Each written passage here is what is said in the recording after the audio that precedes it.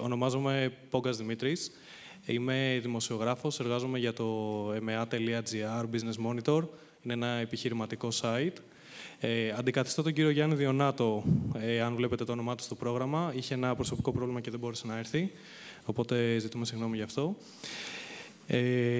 Μάλλον θα κάνουμε την ομιλία στα αγγλικά, αν είμαστε όλοι εντάξει με αυτό, ώστε να είναι πιο άνετα και όλοι οι ομιλητές. So, I'm turning to English. Let's speak in English. Our topic is what could we be taught from the startups ecosystems of Silicon Valley, Israel, Germany, China and Canada. We have Ms. Harnoy Meirav with us, Mr. Kazakos, Mr. Kalekos, and Mr. Kallos replacing Mr. Palikaras. So just a brief introduction of yourselves, everybody, your background, and then we can start with the presentations. Thank you. Ms. Meirav.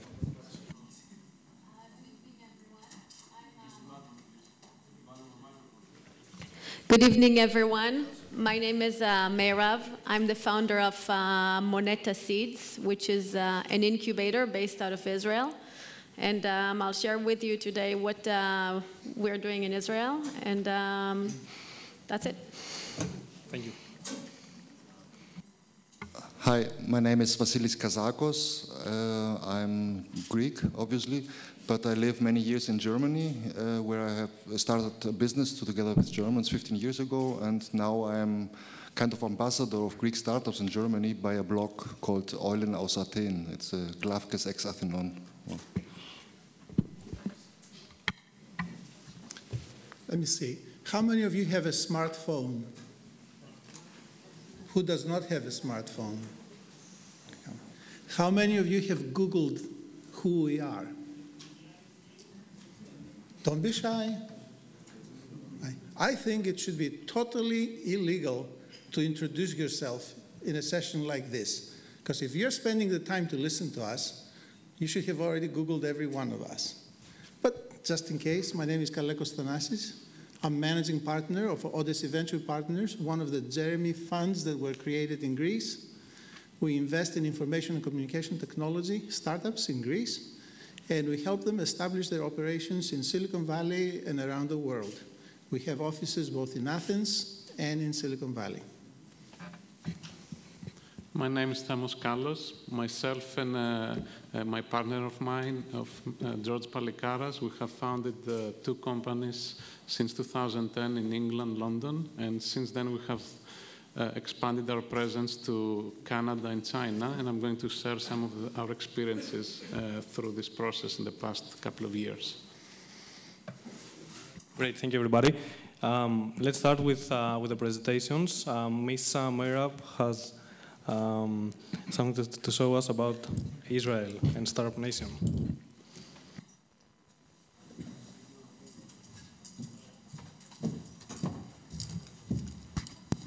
So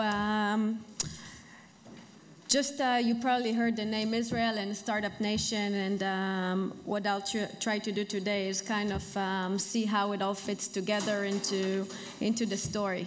So when we say Startup Nation, who is behind this Startup Nation? Who are the people who are making Startup Nation? And the truth is that it's really everyone. It's young entrepreneurs and old entrepreneurs and new entrepreneurs and recurring entrepreneurs and serial entrepreneurs, and many, many people take part of this Startup Nation concept. And we'll speak a bit more about what does it mean and how does it all fit. But before we dive into the details, just one very important thing to remember is that Israel today, after I think almost 20, 30 years of developing a high-tech ecosystem, can finally say that it has a full ecosystem, second only to Silicon Valley. It has the culture, the Fortune 100 companies, the funds, strong technology background, and governmental support. And this is not something that is created overnight. This is something that takes time to build. And when I tell you the story of Startup Nation, I'll use an example. So Navajo Systems, it's a security company that was founded in 2009. a company like many, many other companies. It was founded by 3 founders, which is usually what we see in Israel: a scientist, a guy from the army, and a guy with a development background. And this is the typical team that you would see around. However, our entrepreneurs, and this is an interesting statistics, are getting younger. So I think the youngest guy that received funds from Sequoia was 20. I think this is almost a world record. There is another guy at 15 who received VC funds. So I know many of you here are young people, so this is only to encourage you. Startups is for young people and for old people, and the best is a combination of the two. But what makes Israel so unique? So you probably know that we're located somewhere out there in the Middle East, surrounded by countries who don't really like us. So we have we put a lot of energy and money into building high-tech technologies inside our army. And this is a great source of innovation. However, this is only the beginning. There are a few other things that you guys should consider. First of all, Israelis believe that they're partners with God in creation. So they have a lot of guts, a lot of nerve to go out and do something. Everyone questions authority. Nobody takes, okay, the doctor said that, the teacher said that. Everybody questions authority. This is not a very easy country to manage, but it's a great place for entrepreneurship. There is a very limited hierarchy inside the society. You can speak to everyone, you know everyone. Everyone is one step away from you, whether it's through your neighbors, your friends from the army, and so on. The academic background is very strong. And basically, I would say that building startups in Israel has become the national sports, the new cultural heroes. And the nice thing about these guys is that they come back and contribute back to the ecosystem. And we'll speak more about that in a second. But let's go back to Navajo. So Navajo needed money. How many of you are raising money right now? Okay, so there is one guy. So these guys, what they said is they said, okay, we're first-time entrepreneurs. The VCs don't think we have a great idea.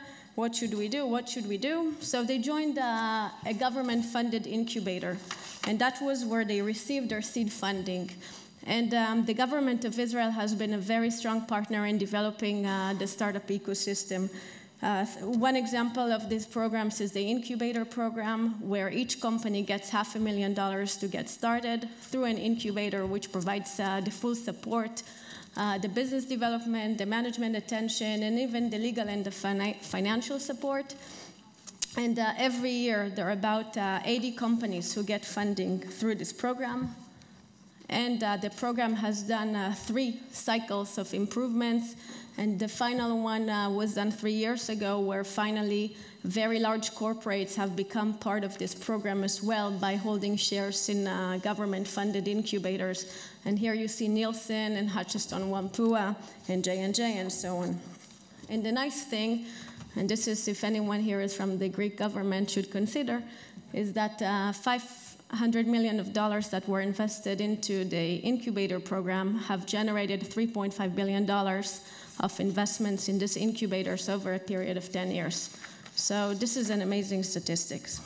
But life of a startup is difficult. $500,000 gets you maybe to a product, maybe to a 1 customer installation, but still you need more money. So the company, what did they go and do? They raised money. So they went and raised money from a fund, one of the most successful funds in Israel called JVP, Jerusalem Venture Partners. And alongside some other smaller investors, they got $2 million. And just speaking a little bit about the VC environment. So we all think it could be better, the Israeli VC environment, but still $2.3 billion of VC money went into Israeli companies in 2013. 76% of it came from foreign investors. And this is where startups see the real Darwinism of the world if they're able to do their Series A and Series B funding in a startup. So, but here you see names that you probably are familiar with, Sequoia, Greylock, Battery Ventures. These are the international VCs. then we have about, I would say, 15 active Israeli VCs as well. And what happens after you raise the money? You need to grow your business, right?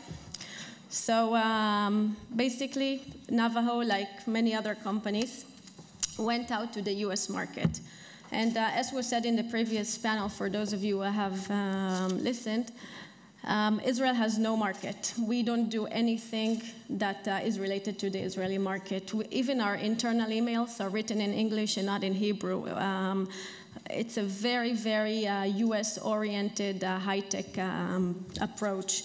And from day zero, every company develops its product only to fit the US market. So, and one of the reasons that we put a lot of focus on the US market is we almost don't speak any European languages. We don't speak German, most of us. We don't speak French. So for practical purposes, English is much easier than these other languages.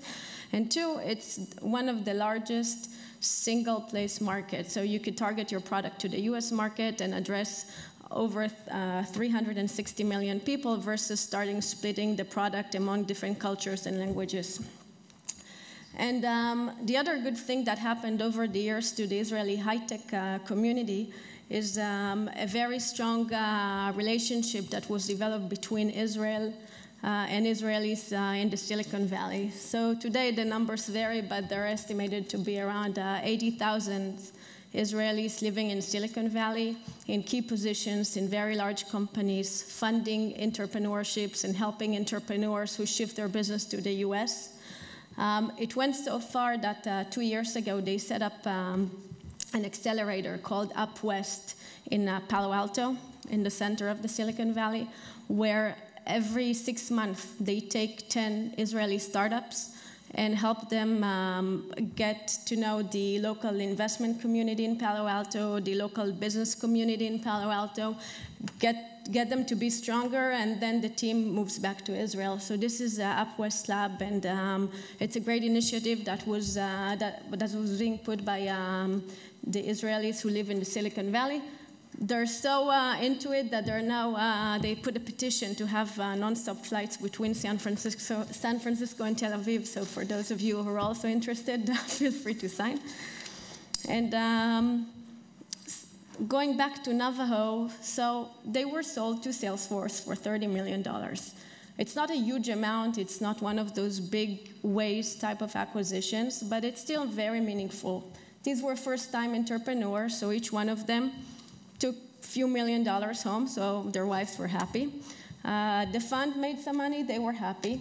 The government made some money, so they were happy. So it's not, something to, have CNN talk about for a week, like the Malaysian airplane, but it's still something that is nice for the people who did it.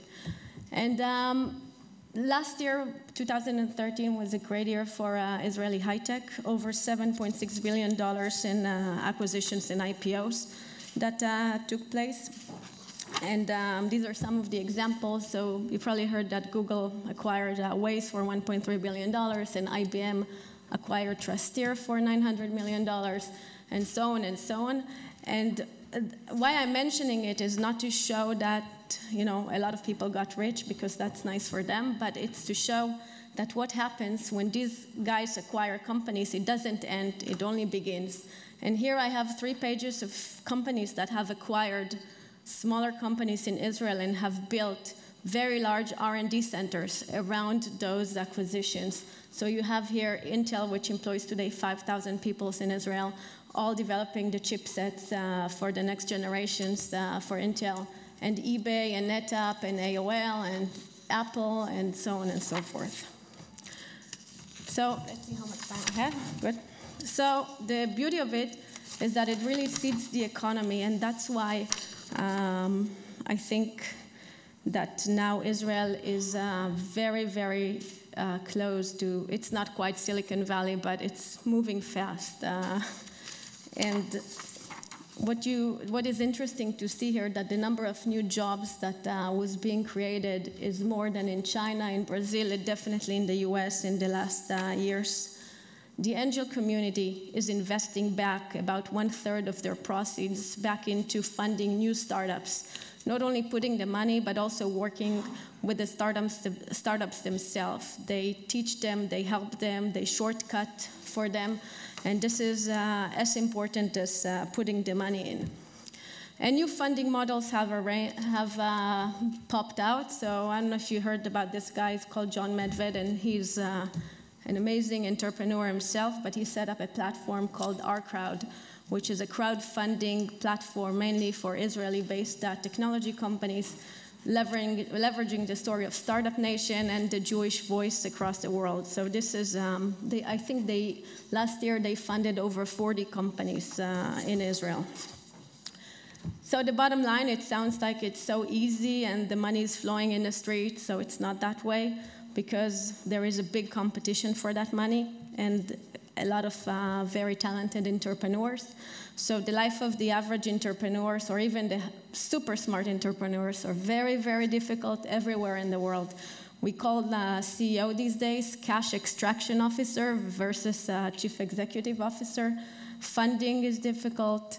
Competing for the attention of the VCs is difficult. Competing for the attention of angel investors is difficult. Getting to know angel investors is difficult. So the entrepreneur has the opportunity everywhere, but they have to figure it out on their own. And only you can actually make it or break it. It's up to you. If you're willing to really dive for it and chase it and make it happen, and to hear the answer no 10,000 times and keep going, I'm not saying that it will happen at the end of the day, but it's the only way that if it will happen, it will happen. Even Waze, they were looking for funding for 2 years before they got the first $1 million from anyone, because nobody thought that traffic jams could be very interesting for people to know how to drive. Now we think it's kind of stupid, but back then it was very hard. So it takes patience, persistence, and perspiration to make it happen. And I'm not very good in Greek yet, but you can read it, so thank you, and that's it. Thank you to Meirav. Thank you very much for giving us a glimpse of the Israeli ecosystem. I would like to ask Mr. Kalekos to continue with the presentations. Second. I moved to Silicon Valley in 1982. I actually studied electrical engineering, undergraduate and graduate, in the Northeast, in upstate New York and in Boston. But in 1982, I moved to Silicon Valley, where I live to this day. So I'll relate my experience in Silicon Valley, but I'll make a couple of comments about my experience with Israel as well, because this is a tremendous example for us in Greece to learn a few things about what was done so successfully in Israel, which seems to have a profile more similar to Greece than the United States, which is a much larger country. There's no question Silicon Valley has been immensely successful in creating very successful businesses, from the early stage startups growing to become multi-billion-dollar businesses, whether it was Intel almost 40 years ago to Facebook and Google just in the last 10 years, and there's a lot more coming. Question is, what is the secret to Silicon Valley? What's the secret recipe that makes Silicon Valley so successful, has made them over the years? Let's see a show of hands. How many of you believe that people there are smarter? Great. They're not. Okay, people just like us here. How many of you think that the government has had a lot to do by creating incentives and grants and things like that? No, they didn't. They didn't do much. The best thing they did is they stayed out of the way. And that is a big thing for governments to do. Fundamentally, if you boil it down, the recipe to Silicon Valley that I have experienced and I've learned from relates to combining three things: innovation, entrepreneurship, and financing, funding. If you have great ideas that change the world, if you have the business acumen to turn these ideas into action rather than just leave them as theories, and if you have the capital that's needed to make them work, then you have the recipe that Silicon Valley has very successfully used for the last 35 years, especially in high-tech, biotech, and so on. When it comes to innovation, a lot of it came from the universities and also from the early companies that were started, where later on they spun off other startups from these companies and so on. And it was very interesting how easy it was for people in the universities who were doing research or who were professors in the universities to actually jump over to the dark side of the industry and start companies and working companies and learn from the experience. And some of them go back into the academia or stay actually in the industry for the rest of their careers.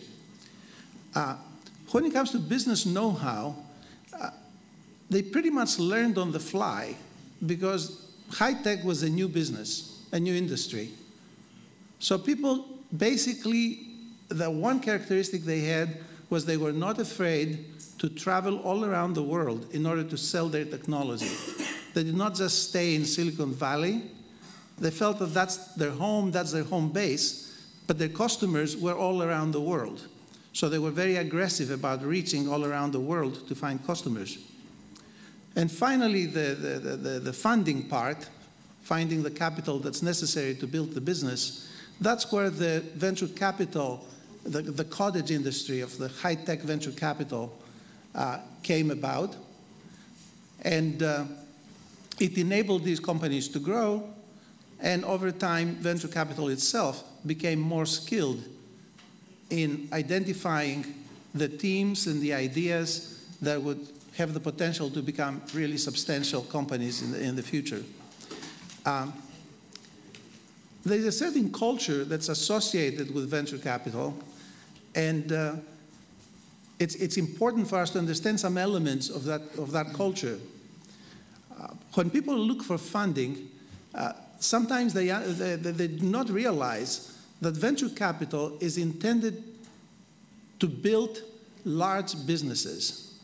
If you have a small personal company idea, a company that could generate maybe in a couple of years or 5 years, $1 or $2 million in revenue, and have, say, 30% operating margins, that would be a great personal company to have.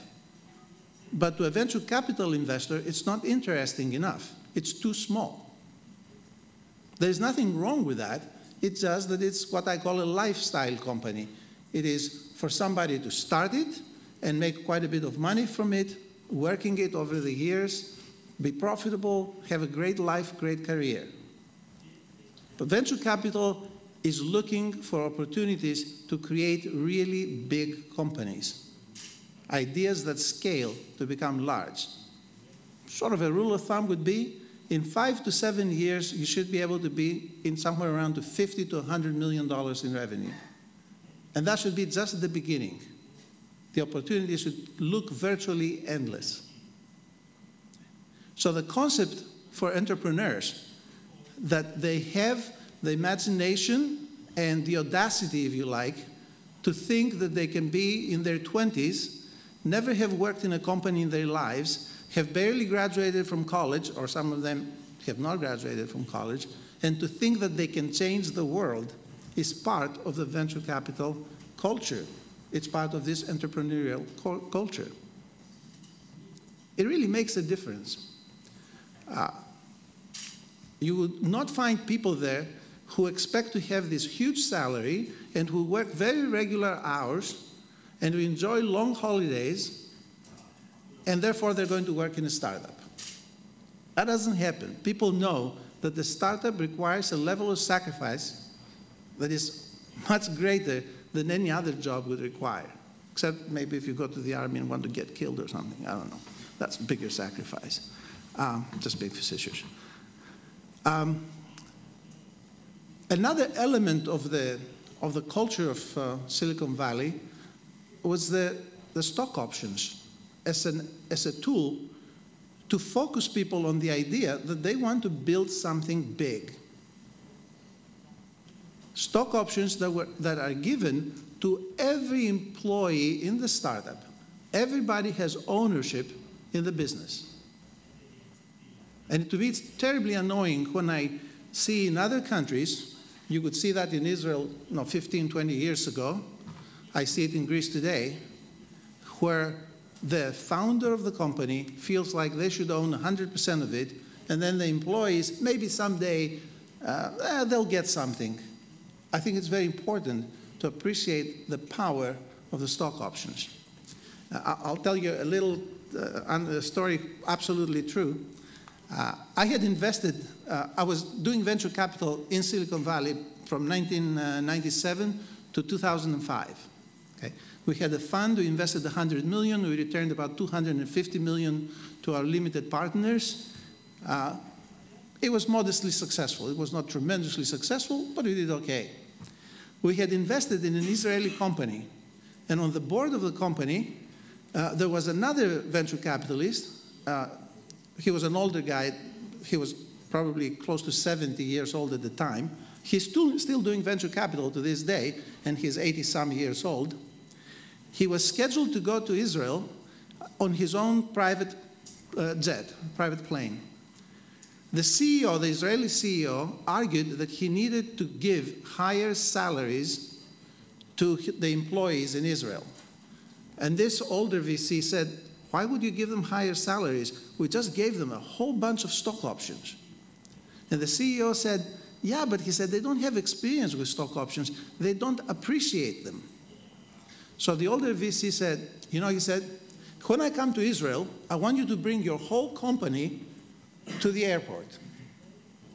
Even I was kind of surprised. I said, Don, his name is Don Lucas. You can check him out, one of the more successful VCs in the Valley. I said, Don, what the hell are you talking about? What do you want them to come to the airport? He said, I want to show them my jet. And I want to ask them a simple question. Do you think I bought this from my salary or from my stock options? Okay. To put it in perspective, the power of stock options. Having said this, I'll also tell you that I have never met an entrepreneur or VC who were really successful and made a lot of money and thought that money is important. These are the same people that when they play a video game, they want to put their name on the very top of the people who scored the highest score. It's just a way to keep score. It's also satisfying when you have a company that grows to have 100 or 200 people, even think bigger than that. Think Facebook. What do you think people feel when Facebook goes public and you have a few thousand multimillionaires being generated overnight? That's the impact that the venture capital culture has in any society, in any economy, large or small. There's problems everywhere. There's problems in the model of venture capital in the United States and all around the world. It's not that easy to do. So the question is, can we replicate the Silicon Valley experience here in Greece? And let me ask once again, how many of you think that we cannot replicate the Silicon Valley experience? One guy. How many? 2, 3 guys. 4. Do I have 5? No. How many of you think we can replicate the experience? And how many of you do not care? Okay. My own, here I'm expressing simply an opinion, but I'm betting a lot of my own personal money and, of course, the rest of my career in doing so. I believe that we can replicate the Silicon Valley experience here in Greece, and there's many reasons why that is the case. One reason is that innovation has gone global. What you guys can see, and that's why I asked the question earlier about did you Google me or the rest of the panel here. So we all have access to the same information in exactly the same time as any person in Silicon Valley or anywhere else in the world. As a matter of fact, we kind of wake up first. Okay? If it happened at night, we see it first. Silicon Valley guys will see it a few hours later. Okay? Innovation has gone global. And when innovation goes global, it goes to Greece, it goes to the Ukraine, it goes all around the world. And venture capital in general has a very interesting characteristic. It chases innovation. So money becomes available when innovation starts flourishing in an area. So Greece is no exception to that. We can innovate, and as long as there is capital to support that innovation, we can pretty much do the same things that Silicon Valley has done. When you create a company, you're not looking to create 10,000 companies, you're only looking to create one successful company. When we are looking to find the VP of sales or a CEO for one of our portfolio companies, you're not looking for 100 people, we're looking for the one right person to do the job. So we can create successful companies, that's not the problem. And oh, by the way, we have an advantage that Israel really showed us the way, because they did not sit there and try to reinvent how to do venture capital and how to grow businesses. In the late 90s, the rule in Israel was, if the law is different than what they're doing in the United States, change the law. And there was the office of the chief scientist who had the authority to ask the lawmakers to change the law effectively overnight. It wasn't overnight, it took like 4 weeks, which is record time to change any law anywhere in the world. But I witnessed it and couldn't believe it. So we have the blueprint, we just need to make minor adjustments so that it will apply to our specific circumstances here. We have the examples, whether they come from Israel or they come from Silicon Valley or around the world, and it's all a question of our commitment to make it here. I'd love to talk to you guys about what ideas you have in the follow-up session, in the general discussion. But that's my experience with Silicon Valley. That's what I've seen, that's what I've done. And I'm looking forward to replicating some of it right here in our own backyard. Thank you. Thank you very much. Thank you, Mr. Kalekos. And now Mr. Kazakos will speak about the startup ecosystem and business ecosystem in Germany. Okay, thank you very much. That was impressive. So I feel small coming from Germany, actually. My name is Wassilios Kazakos. I finished school in Greece and left to Germany many years ago, and where I studied computer science, and I founded a company called Disy, whatever. It's a small company. We did everything wrong. We didn't raise money. We did a spin-off of the university, actually. We started to talk with customers. We built our product, bootstrapped everything. Until today, we have never talked to a VC. But we survived. We are now 50 people in Karlsruhe, and it's quite a well-organized company. The reason maybe why I'm here also is in my private time I started a blog. It was about entrepreneurship and innovation in Greece. It's called Eulen aus Athen, Glavkis ex Athenon, where I tried just to present a different picture of Greece in the time of the main struggle, let's say. It was just a personal thing where I said, okay, I want to present to the German audience something new coming from Greece. And so during writing this blog and talking to a lot of Greek entrepreneurs and talking to a lot of German entrepreneurs while writing these things, I learned a lot about the Greek ecosystem, I learned a lot about the German ecosystem, and so I was invited today, and I'm honored to talk a bit about the German ecosystem. Because we had it in a separate panel before, just talking about the German ecosystem, I put a different perspective on that, because Germany has a huge and long-lasting entrepreneurial tradition. It's not something new. The startup thing, although, is very new.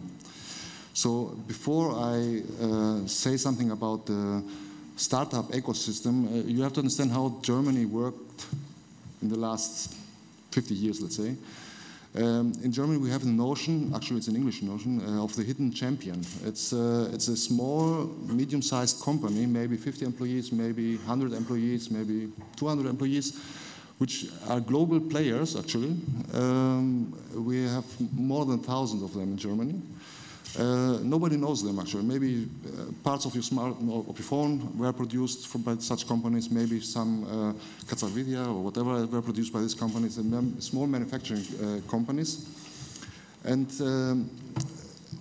often I see there's a discussion now about Germany and about Berlin mainly. So everybody's focused on Berlin, the next Silicon Valley. Even in Germany, everybody's talking about Berlin. So I try to pick up another picture of Germany, which is a more distributed one. Germany, you have to know, is a federated state. So this means that we have 16 governments actually competing with each other. And traditionally, Germany, the German industry, the German Mittelstand, or the small and medium-sized enterprises are not in Berlin. So this is Berlin here. But where you have hidden champions, maybe in the number of 15. It's a very small number.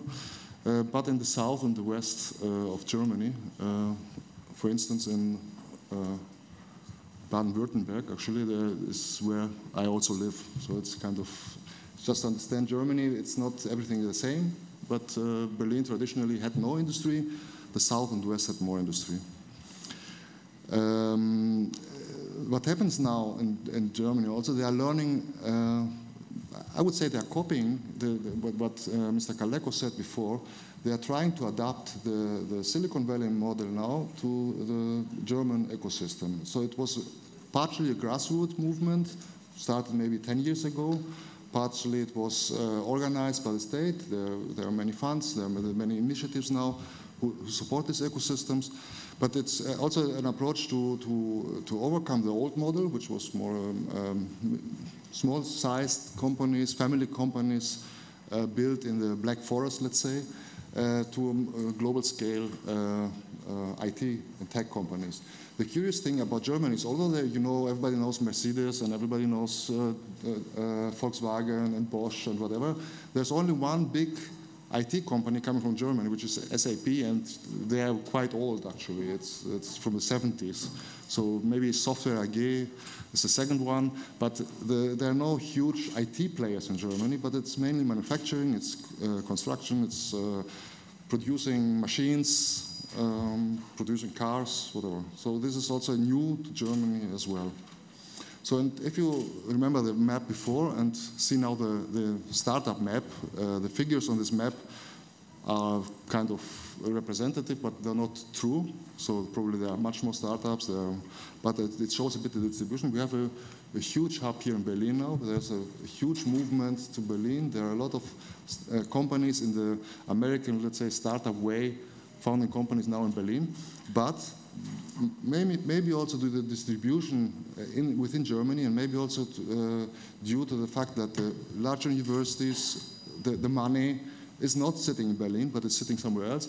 We have an ecosystem which is very much distributed all over this southwestern part, mainly, where hundreds of small companies, startups, try to develop their startup. It's not everything in Berlin, but they're coming from everywhere, actually. So the numbers, the pure numbers are that we have in Berlin 500 startups. I was told that the number is wrong. Maybe there are 2,000. I don't know. Nobody knows exactly how many startups there are. Karlsruhe, where I come from, it's in Baden-Württemberg. There are officially 21. I believe there are approximately 100. But there are also, in a traditional way, about 1,000 IT companies in this area, which would never call themselves a startup. They are consulting companies, they are software companies building products. They are, but they are not, in this sense, a startup like mentioned before, addressing a global market like we want. We have 50 employees. We are doing quite well. We are doing our business in Germany mainly and Austria, but there are thousands of them.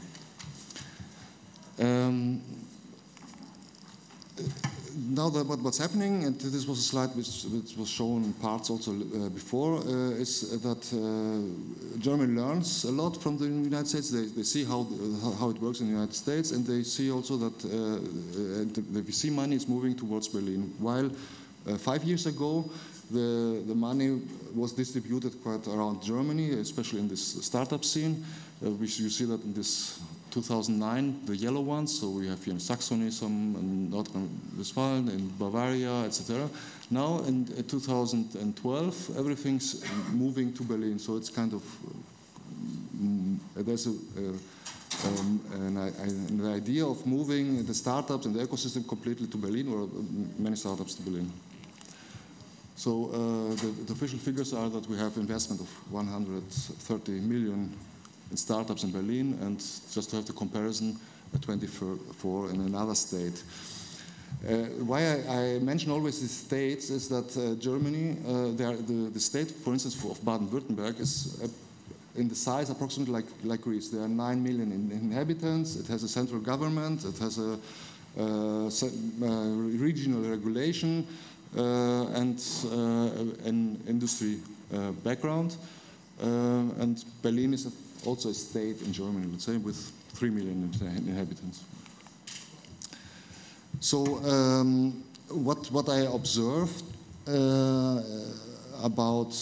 as an observer about the German startup system, the main point is that some cliché, which is we are always confronted in Germany, is that we are good organizers.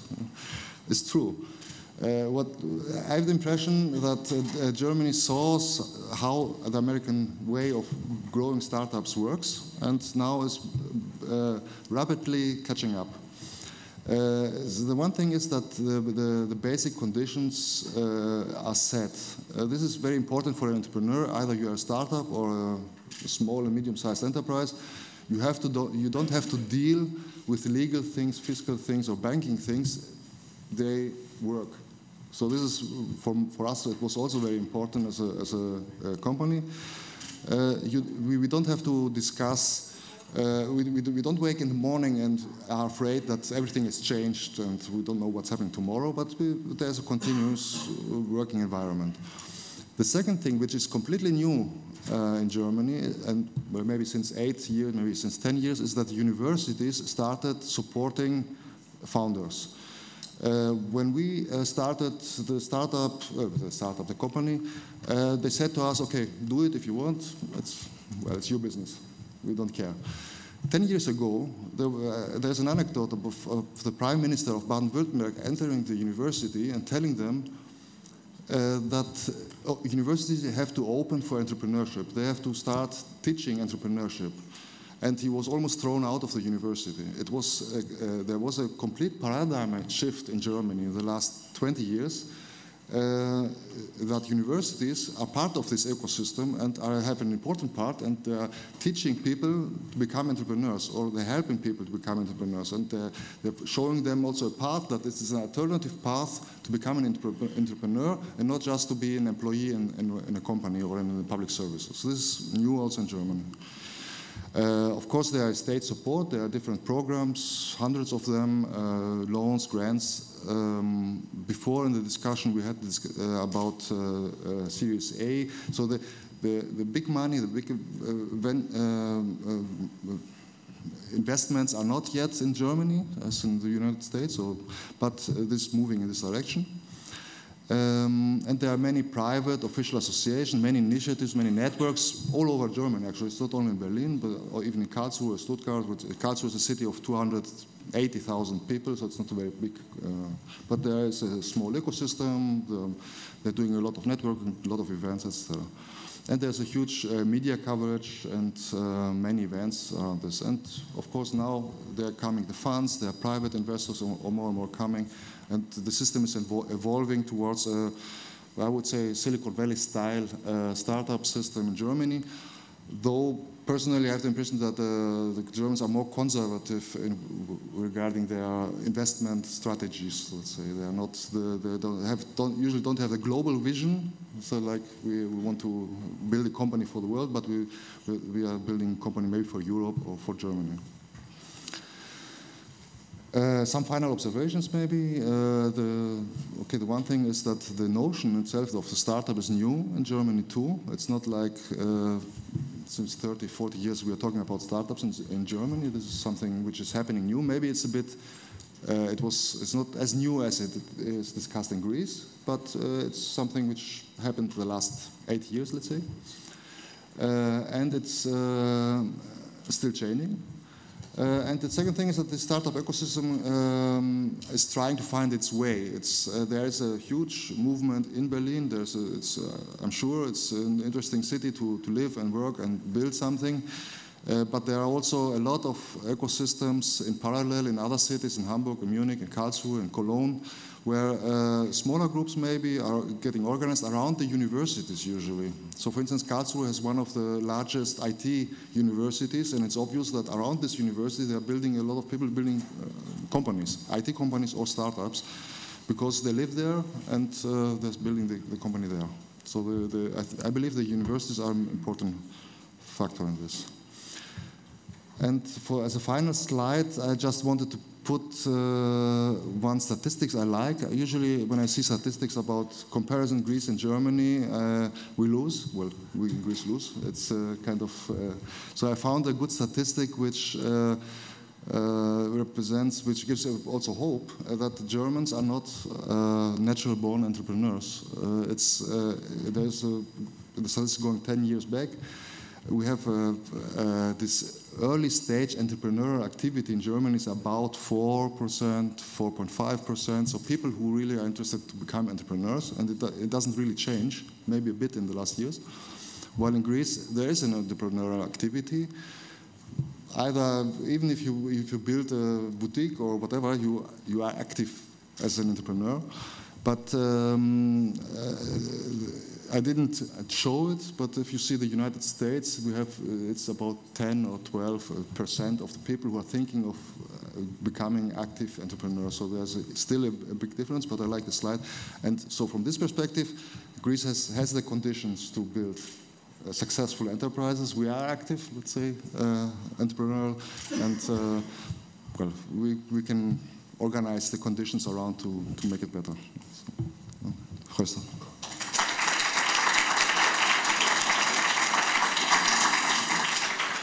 Thank you very much, Mr. Kazakos. And last but of course not least, Mr. Kallos. He's going to talk about Canada and China. Okay, thank you for the invitation. I'm going to talk about our experience with entrepreneurship in mostly in Canada and China. First of all, I must apologize. One of the first things you get to know about Canada is that it might snow 50 centimeters of snow overnight in late March. That's why my partner George Palikaras couldn't make it today, and I'm replacing him for this talk. A little bit of background quickly about what we do. There are two companies that we co-founded with my partner in London, England in 2010, Metamaterial Technologies and Medical Wireless Sensing. They share the same underlying technology, but they address completely different markets. That's why they were separated from day one. We employ about 15 people full-time and another 25 people as associates and part-time collaborators. And we have 6 patents covering this technology. Very briefly, our main products. For metamaterial technologies, we're addressing a big problem in aviation, which is people use laser pointers against aircraft.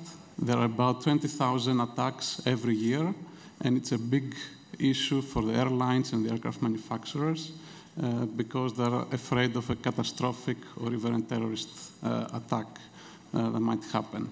So we have developed a thin film that goes on the inner surface of the cockpit window of the aircraft and blocks the laser, but is otherwise transparent. For MediWise, our main product is a non-invasive glucose sensor. It's a small handheld device that helps people measure their glucose levels in their blood, but without actually drawing blood or pricking their fingers. My story has been involves a lot of traveling. I finished an electrical engineering degree here in NTUA in 2003. I did my PhD in physics up until 2008 at the University of Southern California in Los Angeles. Then I worked as a researcher, first in England, in London, and then at the University of Patras here in Greece. And since 2011, I moved to England and Canada. I split my time between these two countries, where we started the companies, and now we are full-time focusing on that. A little bit now about entrepreneurship and our experience through that. This is what happens when you shine a beam of light through a piece of glass. Interestingly enough, the light doesn't go straight through the prism, but it follows this weird curve.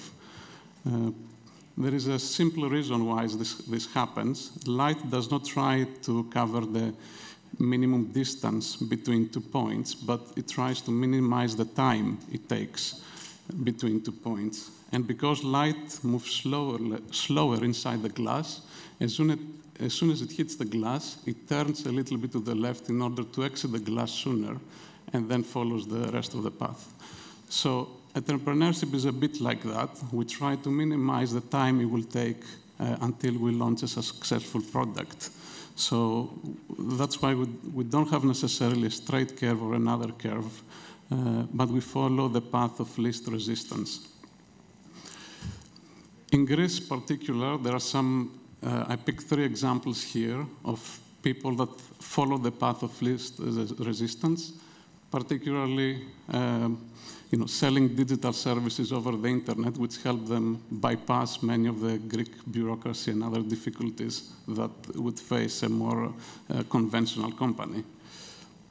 In our case, we started from England, but we have expanded with presence in Canada and China, and so I'm going to tell you a little bit about what happens in these 2 countries. First, in China, I'm going to focus on one particular example, which is the BioLake Center. Is a new technology center that was approved in 2007 and is located in Wuhan. It has a size of 27 square kilometers, so it's really huge. Right now, they have about 300 enterprises there, and over 1 out of every 5 Fortune 500 companies have invested one way or another in this center. One way they get people there is some grants that the government provides. One example is the 3551 grant. Not a very sexy name, but it provides a 3-tier funding over 3 years. So every year you apply, first you get £100,000, then 200,000, then 300,000 the last year to bring your product to the market. Last year, 157 applicants were approved through this process. But not only that, but there's ongoing support provided by the government. So they try to aid you to enter the Chinese market and also allow you access to other funding capabilities, regional and national. Examples of incentives that the Chinese provide to new companies: VAT exemption, 2-year corporate tax exemption, and a very low rate thereafter. You can apply for sales tax exemption if you're a tech transfer, high-tech company. They provide deductions to train your staff, and also there's no tax on income coming from offshore services. Another example is rent. There are places where you can get the 100 square meter place to work, and that is provided to you for free. And even if you grow, then the rent prices are really low. There are also very favorable intellectual property conditions. They will cover, in some cases, up to 80% of the patent application fees. There are specific centers that deal with intellectual property rights and protection. And they will also cover international certification costs. Finally, some other items worth noting. There's big financing for grants. So as you achieve certain milestones, they provide you with extra bonuses, if you like. So if you manage to get listed on a stock exchange, you'll get a £300,000 bonus. If you achieve financing via share placement or bonds, you get a 50K bonus. There's also incentives for venture capitals. For example, they get back 5% of the invested amount after 2 years of the first investment. And in the case of losses, the government may cover up to 30% of these losses in rebate. So they try to minimize the risk for both parties in this case.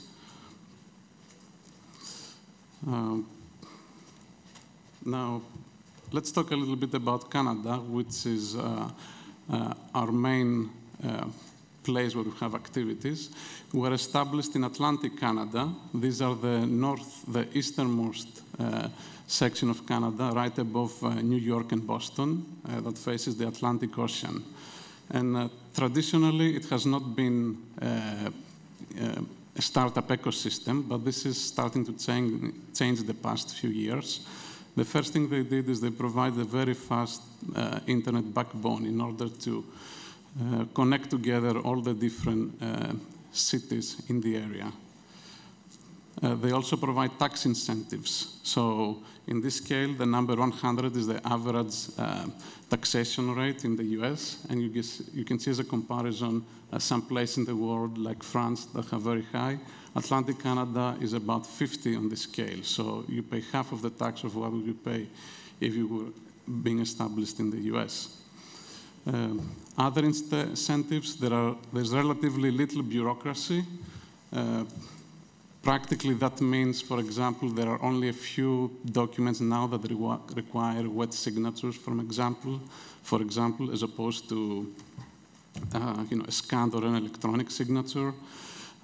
There is huge support from the government for funding high-tech companies because Canada has been traditionally relying on natural resources, oil, gas, forests, and so on. But they realized this. They have realized that this will not lead anywhere, and they started to invest more in innovation.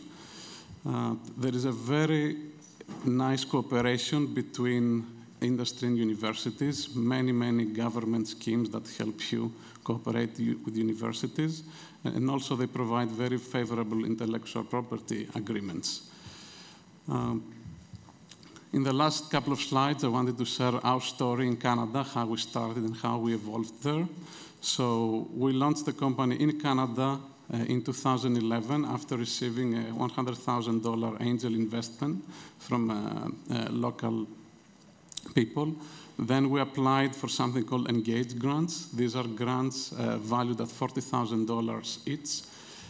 This is money that goes to the university to work on a company project, but the company keeps all the intellectual property that comes out of that work.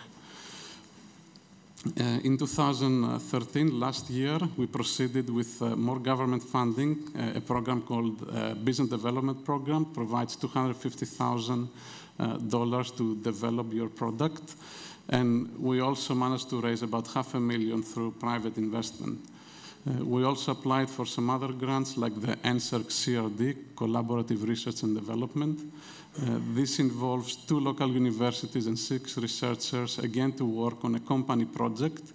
In this case, the budget is split 25% the company we have to put in cash, 25% of the cost has to be put by us, again, in kind. This can be time spent by people in the company, licensing software, providing materials, and so on. And the other half is provided by the government. As a result, last year, we had a total value of projects that we ran about 1.2 million, and only 11% of that was hard cash that had to be put down by us. Our next milestones, we have entered an 18-month contract with Airbus in order to produce our laser filtering films for their aircraft. We just finalized today, actually 2 hours ago, a $2 million VC round of investment for this project. And As an example of other programs that are available in Canada in general, there are industrial fellowships, allows you to get highly trained personnel to work for you, for the company, but half of the cost is covered by the government. And also there are some bigger projects like the Atlantic Innovation Fund. In our case, it is a $4 million project. This allows you to set up an R&D and manufacturing facility in the area, and they cover 60% of the costs.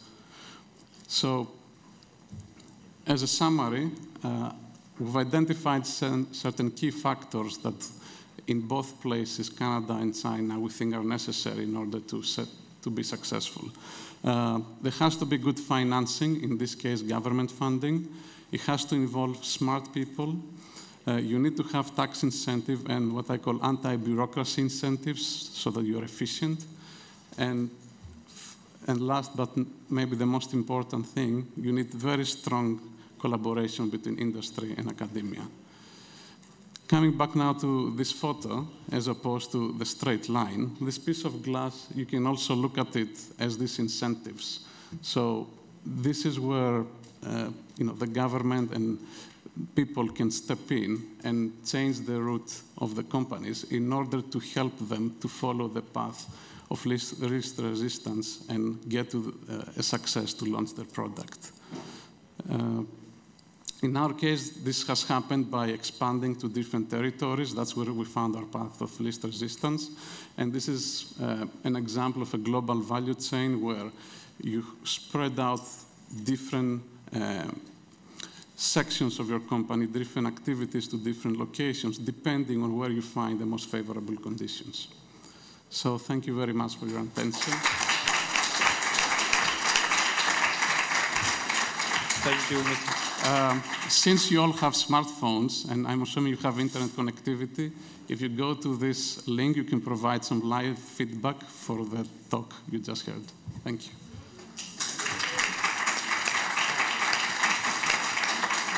Thank you, Mr. Kallos. Thank you, all of our speakers, for their interesting inputs and numbers they have shared with us tonight. As a journalist myself, I have a lot of questions to do, but because this event is about the audience, I would like to open it to you. If you have any questions, with a priority to Ms. Harnoy, because she has to leave in a while to catch a flight. So, any questions for Ms. Harnoy? No. All right, let me ask you a question. There is a lot of discussion going on here in Greece about Israel, the Israeli ecosystem, and the startup nation, etc., and how we can create an ecosystem in Greece like the Israeli one. What would you say? Is it relevant to look up to another example or create our own? This is a more general question, but about the Israel. Should we take some elements of the ecosystem there and reproduce them here, and what those elements would be? Okay, so it's hard to cook a recipe for an entrepreneurship environment, but I think the answer is, first of all, in you guys. If you're willing to take the risk, you're willing to put the energy, you're willing to go with it all the way, and be willing to put the effort to build a real company in an area where you have expertise, partner with the experts in the area that you're looking to build the company, but it starts with the entrepreneurs themselves. Without entrepreneurs, there will never be entrepreneurship. So that's ingredient number one. In terms of government support versus government bureaucracy, obvious the government has a role to play. One, in terms of not blocking the path of entrepreneurs, making it easy for them, making it favorable for them. In Israel, for example, a few years ago, the government passed what they call the angel law, meaning that every angel who invests money in startups get exempt from that investment, and if he loses its money, it can deduct it from other gains that they have. And all of this was created in order to enable angels and promote them to invest in startup companies and take the risk. So, that's one way to incentivize. There is a bigger role to play, but that's but the government definitely has a role on both ends in promoting and not standing in the way. And I think, my personal opinion, I'm very happy to see so many young people here. I'm surprised, actually, in a very good way. And I think that you guys will bring the change to this economy and make it step forward. So it's all dependent on you. I'm going back to you guys. So I'm not sure if I answered your question. And obviously, there is a question of money and where do we raise the funds. But if you're into it, you'll figure it out. Great. Thank you. It's just that here in Greece we have a fever, let's say, I don't know, about Israel and the startup nation. And everybody is talking about that. Do we have any other question about our speakers here? No. All right. Let me ask Wassilios about Berlin and the startups ecosystem in Germany in general. It's really striking to me because we are, again, in Greece, we have this discussion about Berlin and how cool the scene is growing there. But you showed to us that there are other cities in Germany that they are maybe, more relevant to start there, to start up there, or to move there. What would you say? Well, I intentionally put this slide in advance to show that Germany is not only Berlin. Maybe sometimes you think, especially when you're talking about startups, you think, of course, of Berlin. My personal opinion is that if you want to start a company, you start it either where you are or you start it where your market is. And in Germany, if your market is automotive, you will have to go to the south. If your market is small and medium-sized enterprises, you probably have to go again to the south or to the west. So it's not about going somewhere to build a company. I'm a strong believer of you should start a company where you are and try to develop something and then go maybe where your market is, but not just because it's a hip area or to go in another city just to, well, if you want to make a good living, maybe you should go to Berlin, but if you want to start an enterprise, you should go there where the market is or where you are. But what is all the hype about Berlin from your experience there? I'm not a big fan of Berlin, actually. So maybe you have heard that. I was the first time I was in Berlin. It was, I think, after 10 years after I lived already in Germany. So there's no necessity in Germany to go to Berlin. It's a bit different than in other countries, or like in Greece, where everything is concentrated in Athens. In Germany, it's more distributed way.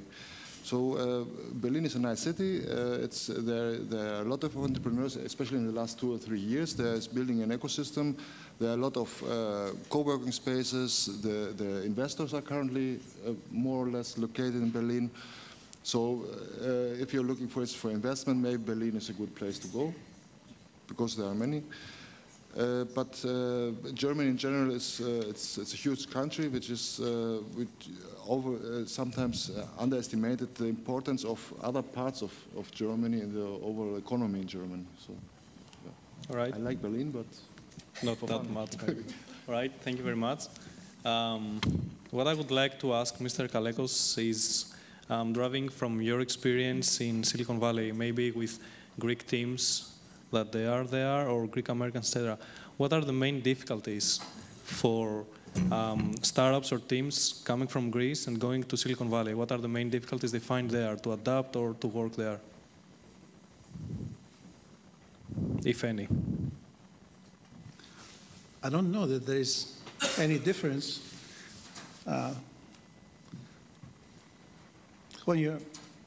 Once we leave Greece, we stop making up excuses for why we cannot do something, and we start focusing on what we can actually do. So I think for the most part, the Greeks who succeed in Silicon Valley, and there's a lot of people that have succeeded, they don't make excuses. They don't wait for the government to help them. They're not looking for grants. They're looking to find great ideas and work hard to make them, turn them into reality. we waste too much time sometimes worrying about the negative, the half-empty side of the equation rather than the half-full side of the glass, whatever. And the rest takes care of itself. Is it a big journey to Silicon Valley? Is it big? Is it difficult? Is it scary to go to Silicon Valley and start there?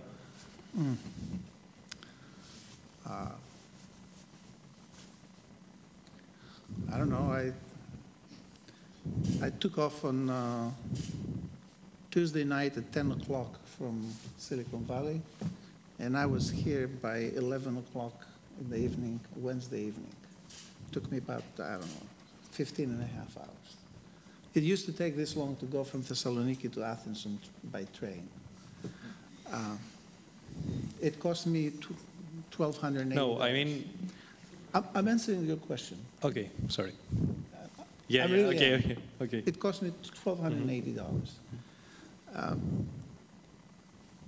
In 1970, my sister had an opportunity to go study in the United States. And my parents said, no, you cannot go because you're a girl and there's crime and racism and drugs in the United States. So that's a very dangerous place to go for a girl. So she didn't go. But I can safely tell you that if you go to Silicon Valley today, racism, crime, and drugs, you'd have to go looking for them, and I'm not even sure even then you'd find them. Okay, so, okay, maybe drugs you might find. Maybe it's So from that perspective, it's relatively easy to go there. And I spoke about my sister, so I'll finish the story, because 4 years later, it was my turn, and I got a scholarship to go to the States, and she supported me in being able to go. She told my parents, well, he's a guy, he's not a girl, okay, and you did not let me go, but now we know a little bit more about the States, although nobody in my family had been to the States before. So you cannot, no, your excuses that you made up for me do not hold, so you have to let him go. So I went and I studied and I stayed there, and I had a reasonably good career. Almost 40 years later, my sister had an opportunity. She studied medicine, she's a medical doctor here in Greece. And she always felt like she had missed out on something by not being able to go to the States and sort of realize her dream. So 40 years later, she had an opportunity to go for a few months at Harvard, at the lab there, and do some research. Now, the truth of the matter is, her daughter was already at Harvard studying medicine, and she went to see her daughter and the grandchildren, but she spent 3 or 4 months at the research lab at Harvard, which is supposed to be one of the better places in the United States.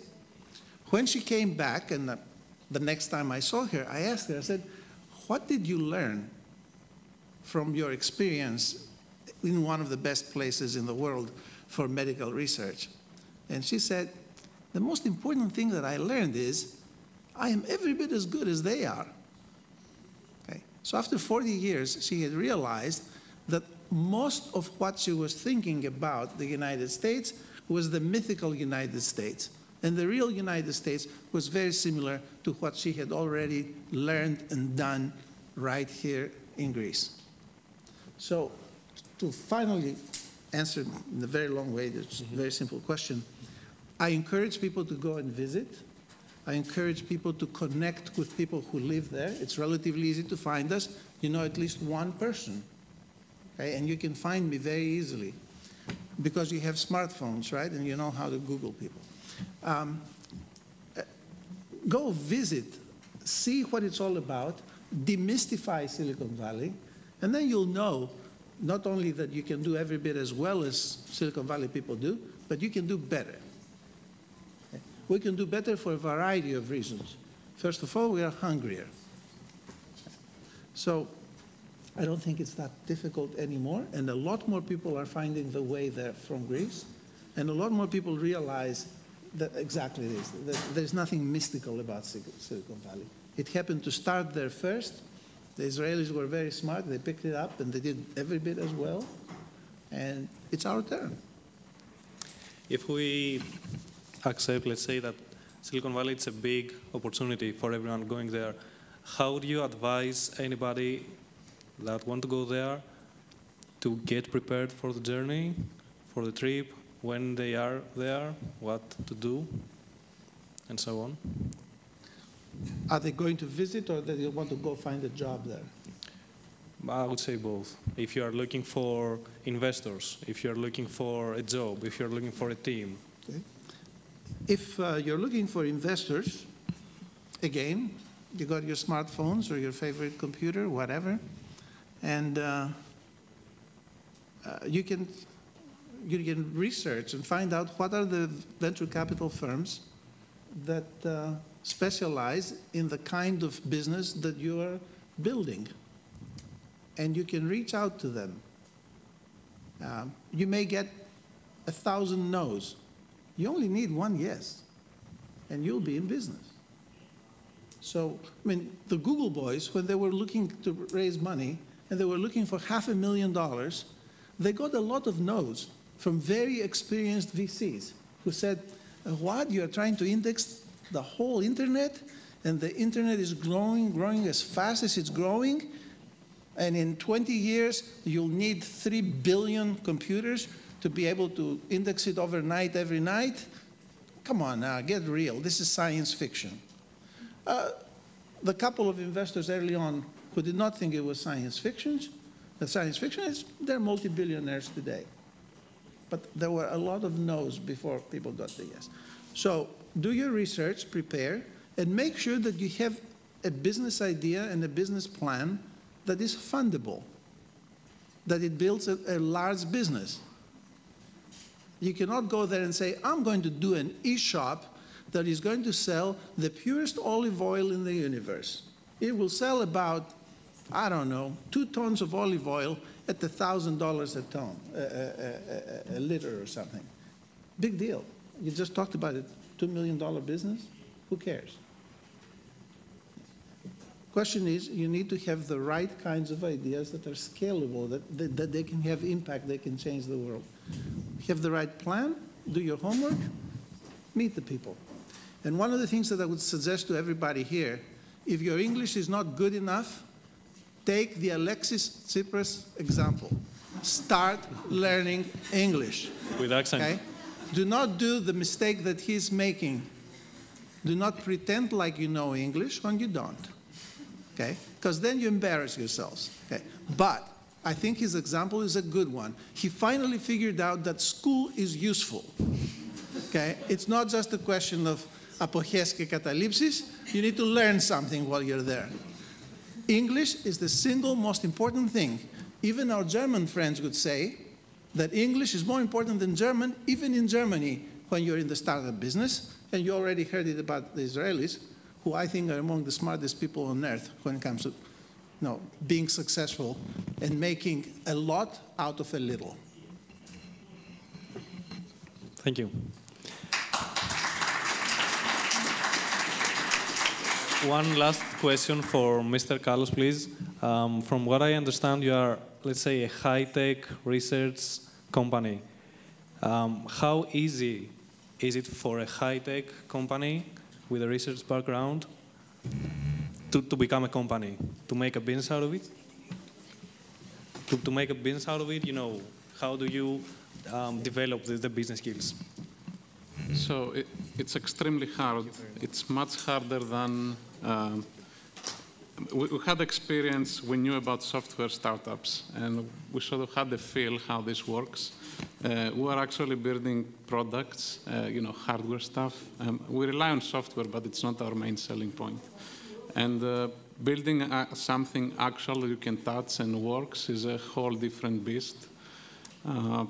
The money that I showed up in the slides are really relatively small. They look big from if you're in a software startup company, but for what we do, it involves expensive equipment, it involves many people that need to work and operate. There's a lot of intellectual property. There is a lot of work that needs to be done to the right places in the world.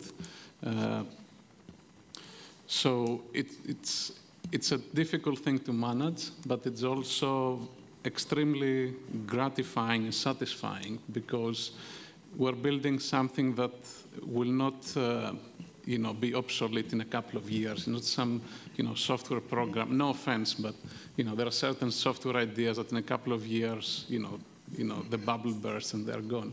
We are looking more long term and build something that will be here to stay for 10, 20, 30 years to come.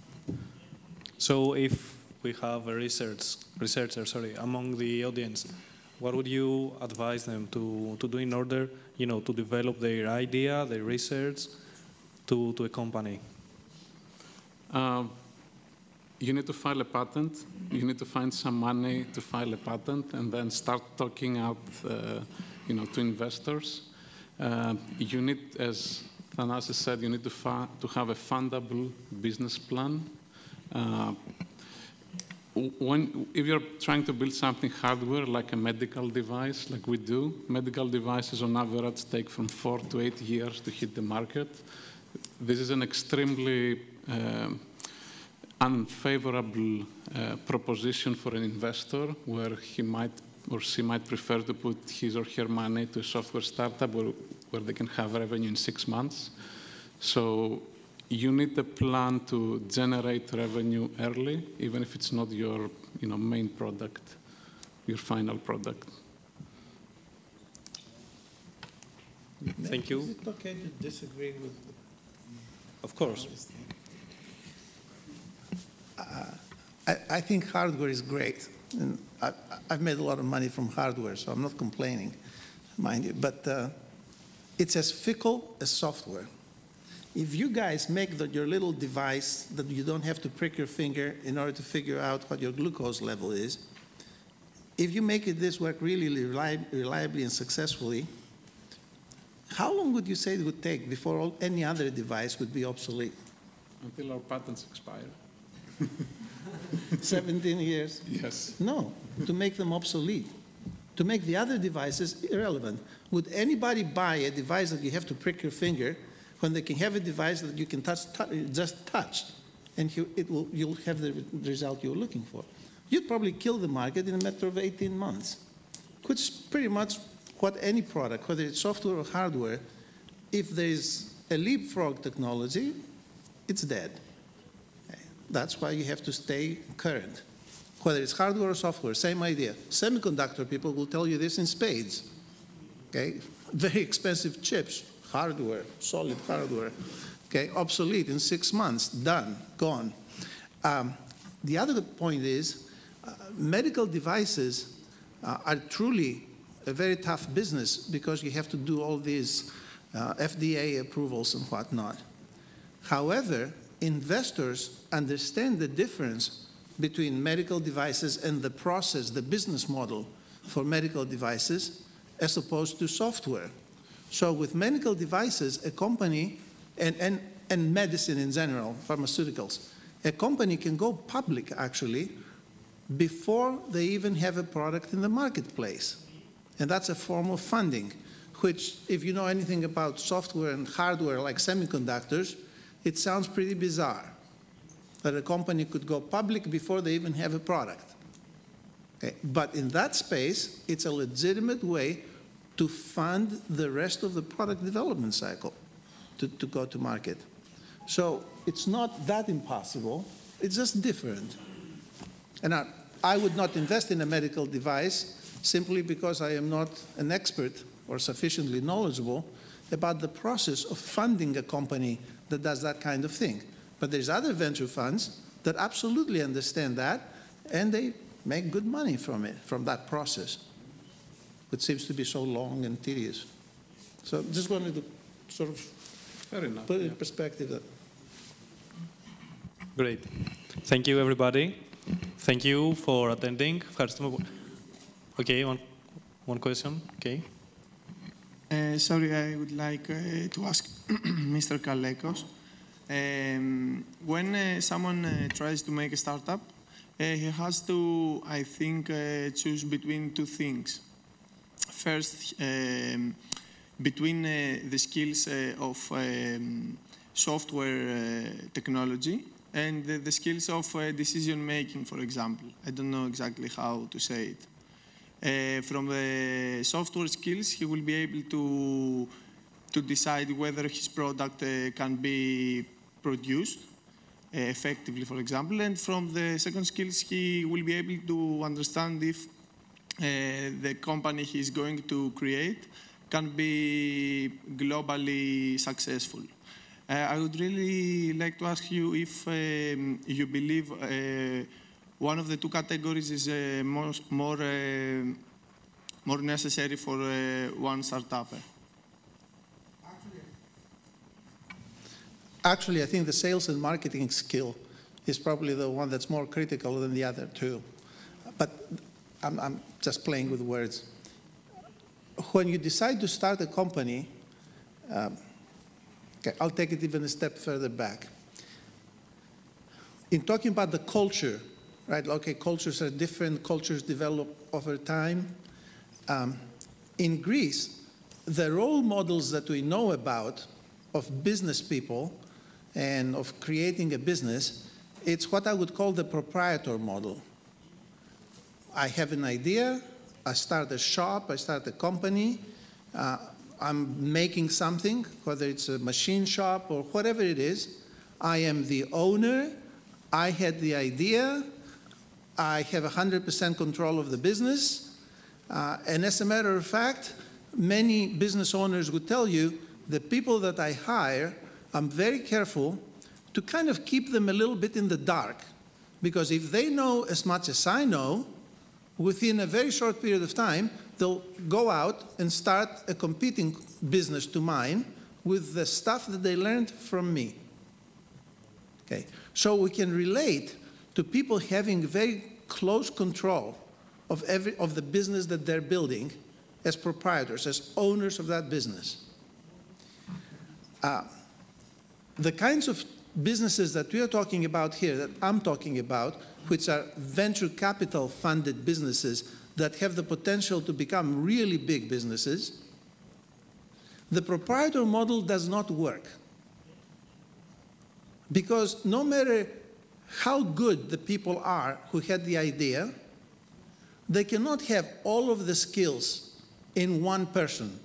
Even if they had all of the skills in one person, he's the best marketing guy, he's the best sales guy, he's the best product development guy, he's the best manager in the world, they wouldn't have the time, or she for that matter, they wouldn't have the time to perform all of these tasks that are needed. So the question is, you always have to build a team. Now, chances are that earlier on, the technical guy is very critical, perhaps more critical than the sales guy, because there's nothing to sell yet. And if you build a lousy product, I don't care how good your salespeople are, you're not going to exactly take over the world with a lousy product. Not these days. Okay. So you always look to build a team and to complement the skills of the people that are already on the team. If the one guy is a super great technical guy, then let them find somebody who has the management skill. And if they have the management skill, let them find somebody else who has the sales or the marketing skill, and so on, and build the team. An experienced venture capital investor recognizes that in the early stages, they will see teams that are not complete. And they'll identify, they'll say, okay, this is a great, he thinks he's the CEO of the company, but he's really the chief technology officer of the company. As a matter of fact, he's not even the VP of product development because he has no management skill whatsoever. But he's brilliant. So they identify, experienced venture capital investors, identify what are the skills that are present in the team and what are the skills that are missing, and you have to go and search and find these skills to bring them into the team, to complete the team over time. And one of the things that we look at early on is not whether the team is complete, but whether the people who are already there, do they have the proper mindset to be able to accept and integrate into their team other great, super strong players. Larry and Serge at Google, they took Eric Schmidt as their CEO. Eric Schmidt is not smarter than they are, by far. I mean, they're much, much smarter than he is. But he had business experience, which they were lacking. And after a few years, Eric left, a billionaire a few times over, and Larry took over as CEO. He had learned, he had gained the experience by working with Eric, and also by really contributing to creating one of the greatest companies on earth these days. Okay. So the question is not what's the more important skill, is what skill do you have, therefore what other skills do you need to bring into the team? It was maybe 4 weeks ago. We had a board meeting, a company here in Greece. And the CEO, a young guy who I think is fantastic CEO personality, he has the right mindset, the right abilities, but he's under 30 years of age. He's relatively young. He's never worked for a CEO in his life. Okay? He's went to school and then he started doing things himself. He said, we impressed upon him that this is the time that he needs to hire a VP of marketing. And he said, you've been trying to do marketing, but you're also trying to be the CEO, and it's not working. So you got to find a really great VP of marketing. And he thought about it and he said, he said, I am the best marketing guy I can find. To which he got the answer, okay, I'll take ownership. I gave him the answer. I said, if you're the best marketing guy you can find, then you're not the best CEO we can find. Because the best CEO would be able to find a better marketing guy than himself and bring him into the company. So you got a choice. You can decide that you're the best marketing person that can be found, and then we'll give you the VP marketing job, and we'll have to go find a CEO. Or you can decide you want to be a great CEO, and you'll go and find the best marketing guy you can find. Next board meeting is April 11th, a Friday, I think it is. He has to give us the answer. Okay, it's simple as that. Okay. But that's how it works. Thank you very much, Mr. Kalekos. We are running out of time. A very short question and very short answer, please.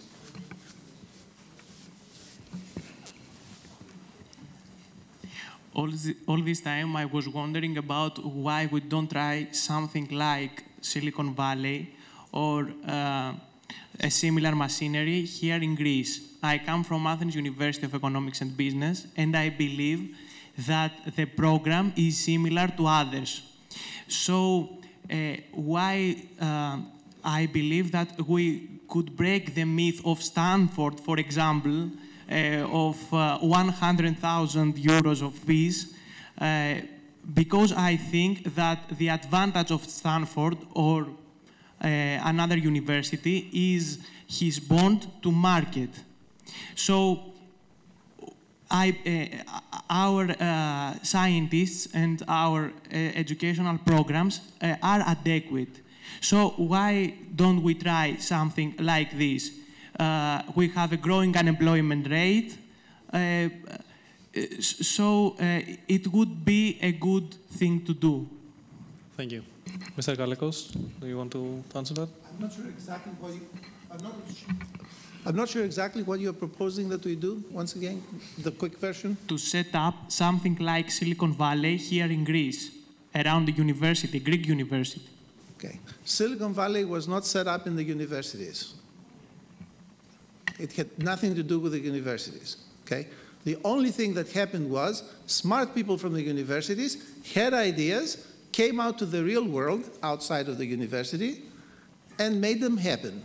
They were able to find capital, and they were able to find people with business experience to complete the teams. Innovation, funding, business know-how. The three elements came together outside of the university. Nobody expected. See, this is another thing that goes back to damn Germany, German culture. Somebody was talking earlier about German culture. I was going crazy about it. Okay? Professors in the university are not freaking authorities. Okay? We need to get over that. They're great people. They've studied a lot. Some of them may have even done work in the real world. But the fact is that those who can do and those who cannot teach, that's an American saying. So we need to stop expecting the universities to do everything for us, or the state for that matter. We go out there and we make things happen. Today, if you're doing information and communication technology type stuff, there is 4 funds that have been created right here in Greece.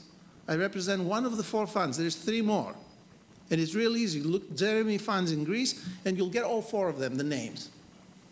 Okay? You go talk to them, and if you have a reasonable idea, chances are one of the 4 of us will take an interest to invest in you. And we will even help you to identify people that you need to hire in order to complete your team. And you'll be off and running. Now, the other thing that you might be missing is a little bit of sort of the legal framework. It might be a little more difficult to capitalize the company in Greece versus capitalizing a company in the States. It's easy to take care of.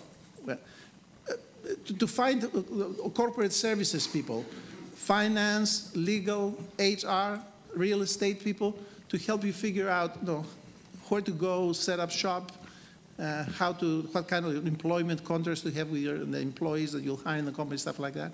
But even that, you only need to find 1 law firm. You don't need to have 100 law firms. So I will help you find all that. So you can do exactly the same thing that Silicon Valley guys do. They don't sit there 100 startups all at once in one room, sort of singing kumbaya with each other. They'll go off different places. Each one is focusing on making their startup successful. The ingredients exist today here in Greece to make this happen.